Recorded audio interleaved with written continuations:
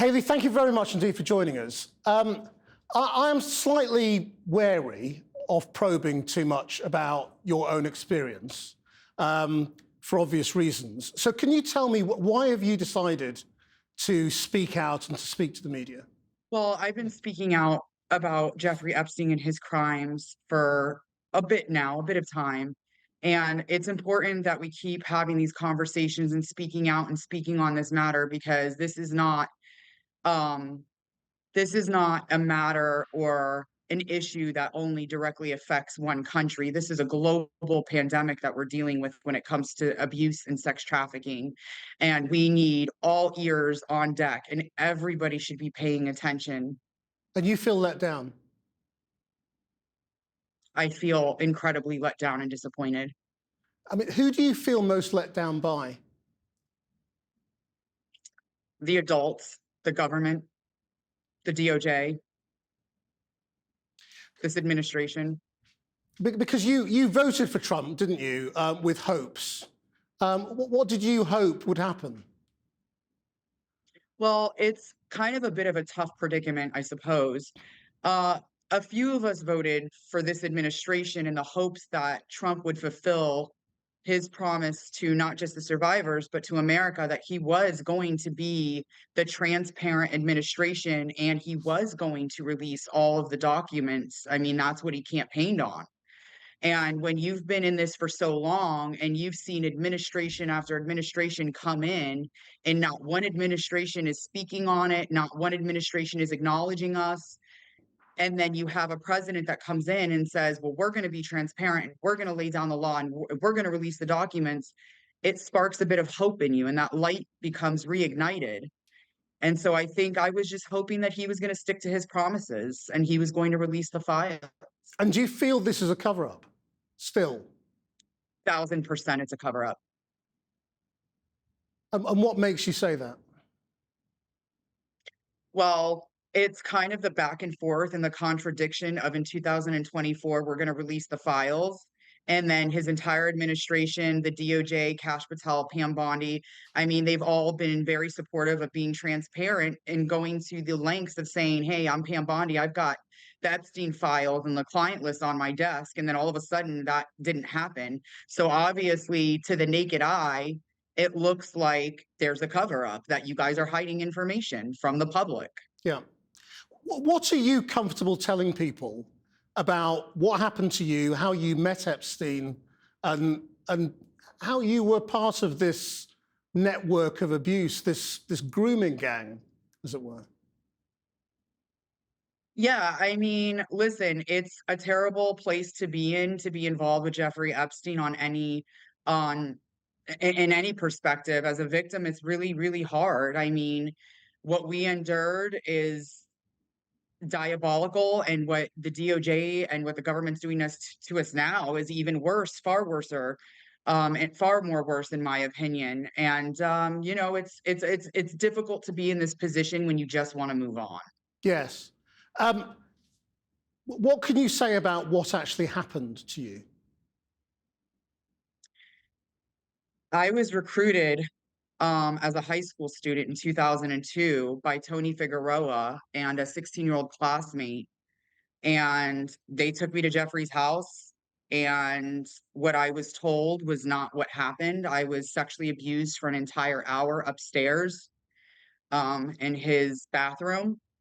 And after the hour of sexual abuse, he brought out sex toys and he thought that he was going to use those on me. And when I became extremely uncomfortable and I told him, you know, I'm just not comfortable with that. I've never even experienced at 16 years old. I didn't even know what that was, you know? And so, yeah, you know, he made me do things to him in that hour. And he touched me in very inappropriate places and then finished. He finished himself and made me do things to him to help him get sexual gratification. And when that was finished, you could see the disappointment on his face. And he gave me an ultimatum: either you're going to massage me and come back every time I call, or you're bringing someone to me. And that's just it. So he was forcing you to go out and get other girls. Correct. And I mean, you presumably felt like you had no choice. I didn't have a choice. I was terrified in that room. I knew that if I screamed, if I ran for the door, what was the probability that someone was going to hear me when all the adults were downstairs? If I did try to get out of that room, was it locked? Was I going to be trapped? Was he going to force himself on me? I wasn't sure what the repercussions were going to be. What did you know about who he was? Oh, I knew nothing. He lied to me. He told me he worked for NASA. And when I questioned him on working for NASA, because I thought that was a bit strange that you would work for NASA and you'd be living here in a mansion, it didn't make a lot of sense to me. And then he told me he was a scientist, and that I believed. He said he was a scientist working with NASA. And at that time, I only knew him by Jeffrey. And when he told me he was a scientist that was working with NASA, at that point, I was like, okay, well, maybe that I could see that's where his wealth came from. I mean, it wasn't until 2 years after I got away from him, I literally had to move to Orlando to get away. That's when I started finding out during the investigation that no, he was allegedly a financier and a very wealthy, powerful person. And when you were told, that he had to bring other people, you had to bring other people to him, what did you tell them about what they were going to do? The same thing that was told to me, which was bring your friends, it's a massage. And at that time, I didn't realize what was happening. At 16 years old, I wasn't capable of understanding what was actually happening in that moment. I mean, Jeffrey Epstein can sell snow to an Eskimo, is what I'm learning. And if Jeffrey Epstein can embezzle money and can manipulate grown, powerful adults in the political realm and in other realms, why would he not be able to manipulate or hurt me? I mean, you were a child. So I was 16. yeah, I mean, your understanding of what was going on must have been pretty limited and manipulated. Correct. And then I found out from the girls that I brought to Jeffrey's house that they also too had to bring girls to Jeffrey's house. So it was a sex pyramid scheme. And this is why Jeffrey was so capable of escaping by for so long without getting caught, was because his hands were clean procuring children. Because what the evidence, the files, and depositions prove is that he used children to sexually abuse and then to use them to procure more children to bring to him. And that was made public, I believe, a couple years ago when Governor DeSantis released all the documents on a state level in Florida. And the judge came out and said it was the most diabolical, horrendous cycle of abuse using children to bring other children to him. And it was intentional. And Uh, that's how he escaped by. and were your interactions only with him or other people in his network? I only met Jeffrey Epstein. I only dealt with him and his assistant directly. I did see other models and women at the house, but I never saw powerful men or anybody else that would be implicated in the files. I mean, this is one of the things that is slightly confusing. That what we haven't seen a great deal of, with some obviously notable and high-profile exceptions, is the victims naming other people in the Epstein network, the names that we have now seen in the papers. Can you explain that? I mean, to be quite honest with you, a lot of us victims and survivors, as these documents are coming to light in the public, we're learning about this for the first time ourselves. I was not trafficked or lent out to any of his friends. So I personally only know the names that I've heard circulating throughout the survivors and what the DOJ is now releasing. I am extremely appalled. And how for you did it come to an end? it hasn't come to an end. I mean the specific abuse of Epstein. I left him. I turned 18. Um, and at that point, I wanted to move away and start fresh because when I met Jeffrey, I had already been raped, and that was my first experience with a man. And when I met Jeffrey, we had conversations about my health, about my rape. I was under the impression that he was going to help me get justice for that. And when I turned 18, I realized 2 years later, I'm in the same position. Nobody's helping me. And I didn't like the way that it felt. So I moved to Orlando, Florida. And did you feel at the time that you were a survivor of crime, of his crimes? You know, did you consider going to the police at that point? I did not go to the police because I was in fear that there were going to be retributions if I did go to the police. So I did not report him. I just disappeared and moved away and tried to forget it ever happened. When did this then catch up with you again? Because you then, you know, became a victim again, in that you were then accused as well. Correct. So during the investigation, there were a lot of slanderous smear campaigns that Jeffrey Epstein, his attorneys, coming to find out in the Epstein files. I was thrown into the media. I was labeled a lot of different things, including a recruiter, which to me is surprising because I did not do anything different or unordinary than the other survivors did. The only way this sex network's pyramid scheme was able to work the way it worked was because all of us brought girls to Jeffrey's house. He did not bring those girls, they were brought by each other. So to see this in the tabloids and the smear campaigns about how I was a recruiter, it was very disappointing, but it was a smear campaign. And that's when I started getting traction back in the media. And, you know, unfortunately for me, I was placed in some categories that were very unfitting and unfair, come to learn. And I was dragged back in it shortly after that when he was rearrested again, I believe in 2019 in New York. And all of the survivors, including myself, were given subpoenas, and we had to go back through the whole process again and telling our stories to about 50 different people all over again, FBI agents, sex crime.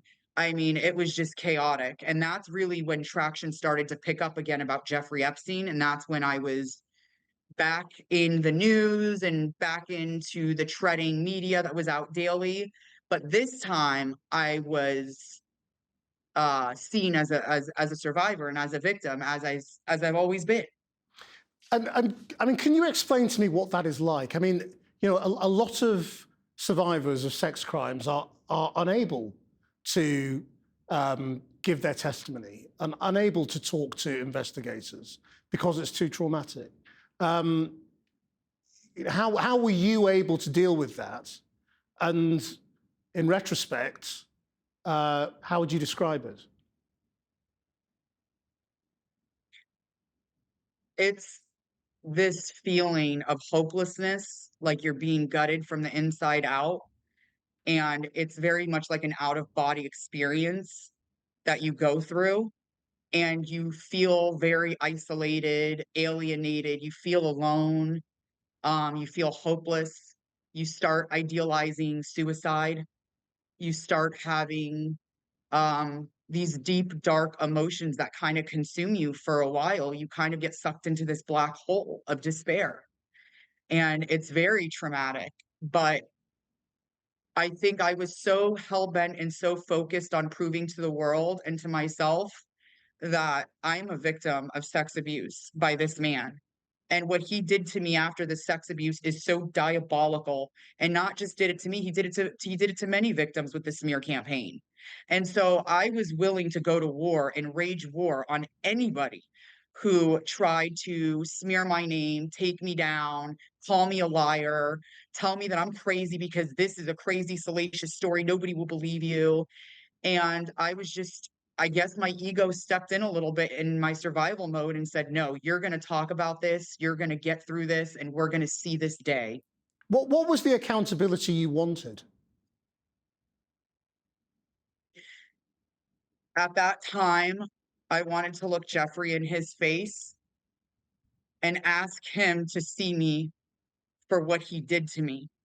But as the investigation developed, I realized that Jeffrey is not a person who is somebody that can be held accountable.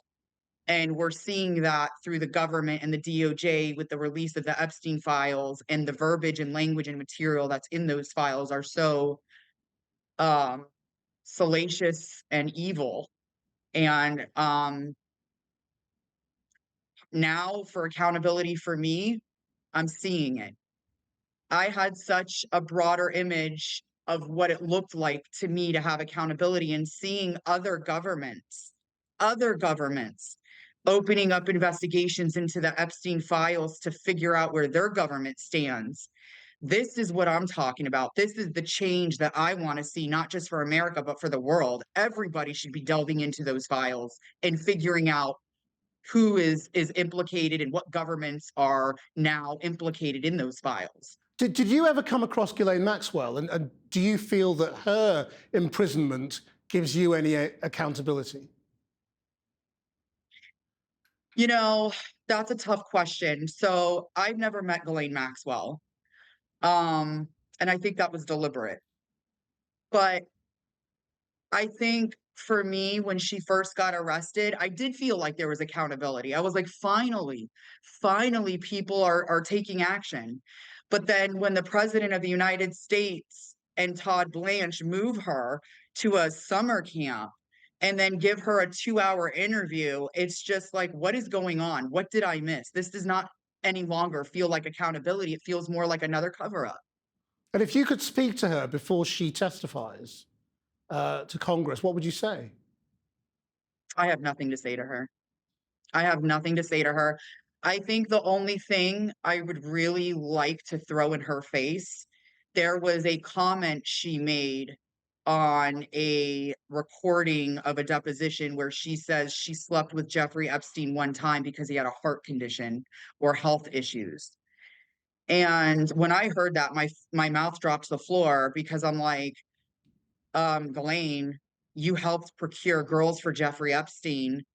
Just to be clear, he wasn't interested in you at all, which is why he was molesting and raping and trafficking young girls. That's all I have to say to her. When it comes to the administration that you feel so let down by, I mean, obviously, Trump's attitude towards women is something that we have known for years and years, since long before you decided to vote for him. You know, are you at all really surprised about what happened? I'm surprised the files are displaying the material they're displaying, because if you go back 10, 15 years ago, there was a lot of conspiracy theories about adrenochrome, children being trafficked to islands, rape, pedophilia, cannibalism. There was a lot of conspiracy theories that were out there years ago. And I tried my hardest to stay away from those conspiracy theories. But with the Epstein files coming to light, they're not really conspiracy theories, are they? And how do you feel about Trump specifically now? I can't say. It wouldn't be appropriate for me to use that language on this kind of platform, but I think it's fair to say that I have nothing nice to say about him, this administration. I do not wish him well. And, you know, where justice is not present or won't prevail, you're going to have Judgment Day come very soon when you go to meet God, and you will have a lot to answer for, and you're not going to heaven. I mean, what is, you know, one of the things that's really shocking about the allegations, and obviously not a lot is proven yet, is the extent, you know, how many people were apparently involved with Epstein. what do you think of these people? I mean, are they normal, or are they some? They're not normal. You know, what I mean is there's so many of them that is this kind of behavior, has it been normalized? You know, or are they some weird group of people with weird tastes and weird senses of morality? Oh, this is so beyond a personality trait of being weird. This is these are evil human beings who are trying to normalize society into accepting pedophilia and trafficking. And it's the uh language of people like Megyn Kelly and other uh influencers who say things like, well, they're not 5 years old, so it wasn't pedophilia. I want to be very clear. If you are a teenager, you are still considered a minor child, and young women and children are not for sex, rape, or trafficking or exploitation. These people are severely, severely demented. And even if you are associated with Jeffrey Epstein, you should be investigated. Absolutely. And through those investigations, we could learn who actually abused and are responsible and those who aren't. But the people who aren't directly abusing these children, women, and trafficking like myself, I feel like you're complicit in knowing the fact that he was doing this, which is just as awful. And I saw a video and my mouth dropped of Cindy McCain. It was either a panel or an interview where she says, of course, we all knew what Jeffrey Epstein was doing. Nobody wanted to go against him in the legal realm. And that to me was really hard to hear because it's really atrocious that how many adults who have their own children, did not stand up for us and sat in silence. Where's your backbone? Where's your humanity? One of the things we've heard in Britain from a lot of the victims of grooming gangs is that they felt that the authorities treated them like trash. You know, they regarded them as teenage prostitutes. Is that how you feel you've been treated as well? Correct. And in the investigation in 2008 or 2009 into Jeffrey Epstein, when he got caught here in Florida, his attorneys with the smear campaign called us underage children, prostitutes, and I don't want to use the other word for this platform, but it was very, it dismantled our mental health, is what they did. And I do feel like we've been treated like that. And when you really start healing and going to therapy and learning what was happening to you, grooming is a technique that abusers use, and it is very hard to prove in court. And do you feel with the publication of the documents so far that things are finally turning your way? I felt like that before the documents ever came out. I felt for a very long time. I've done a lot of work in bringing light to this situation. I did Filthy Rich. I've told my story on so many platforms. And I think the conversation around Jeffrey Epstein has evolved tremendously for survivors. Obviously, you must know Britain is gripped by the Mandelson scandal, this very senior figure in the British government and at one time the US ambassador, who says he was never involved in any of this and didn't know about it. Do you think it was possible to know Epstein and to not realize what he was about? No, no, I don't think it's possible to have a relationship with somebody as um, disgusting as Jeffrey Epstein and not know that this is what he was doing. I mean, surely in his realm and circles of political figures and Hollywood actors and actresses, I definitely think in those communities and in those realms, he was known for what he was doing. Kind of hard to hide the fact that you like children. And what did you think of Virginia Giuffre's campaign and actions to try and bring Prince Andrew to account, as he was? I get emotional every time I talk about Virginia. Um, Virginia was a light for a lot of us, and she's an American hero. She wasn't perfect, but she was an American hero who, against all odds, brought campaign to bring down some of the most powerful people in the world. And it cost her her life. It costed her her life. And so for me, she will always be on a pedestal. She's incredible. She's fearless against all odds at the cost of her life. She dedicated her life to bringing down the most powerful people in the world just for a little bit of justice. And she was a light for a lot of us. And do you think what has happened to Andrew Mountbatten Windsor, as he's now called, is justice?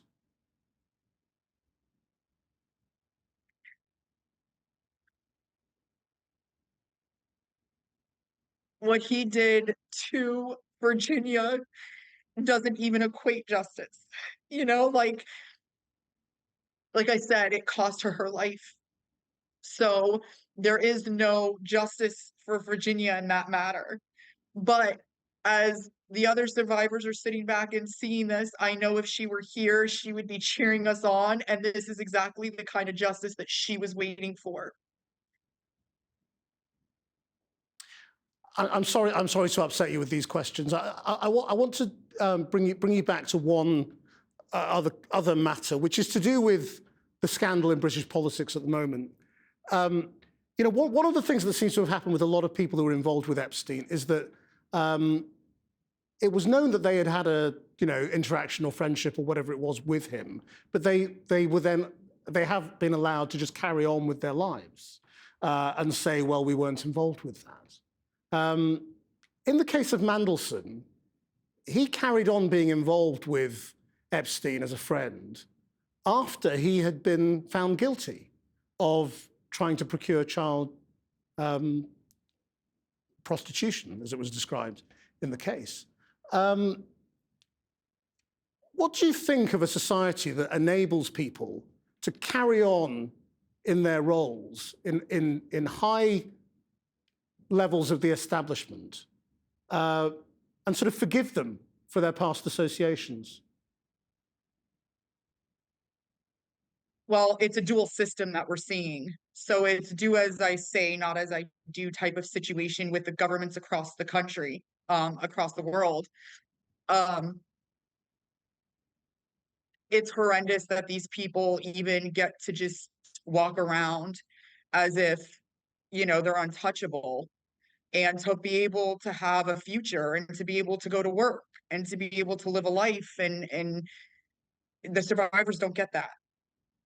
So it feels like Lady Justice is imbalanced right now. And we need to bring that balance back to not just America, but to every country across the world. And there should never be an imbalance or an abuse of power. Government is here to protect the constituents, to protect the people. And we don't see that. It's not what's happening. Hayley Robson, thank you very much indeed for your time. Thank you for talking to us. And again, I'm sorry to upset you with some of the questions, but we appreciate your time. Okay. Thank you for having me.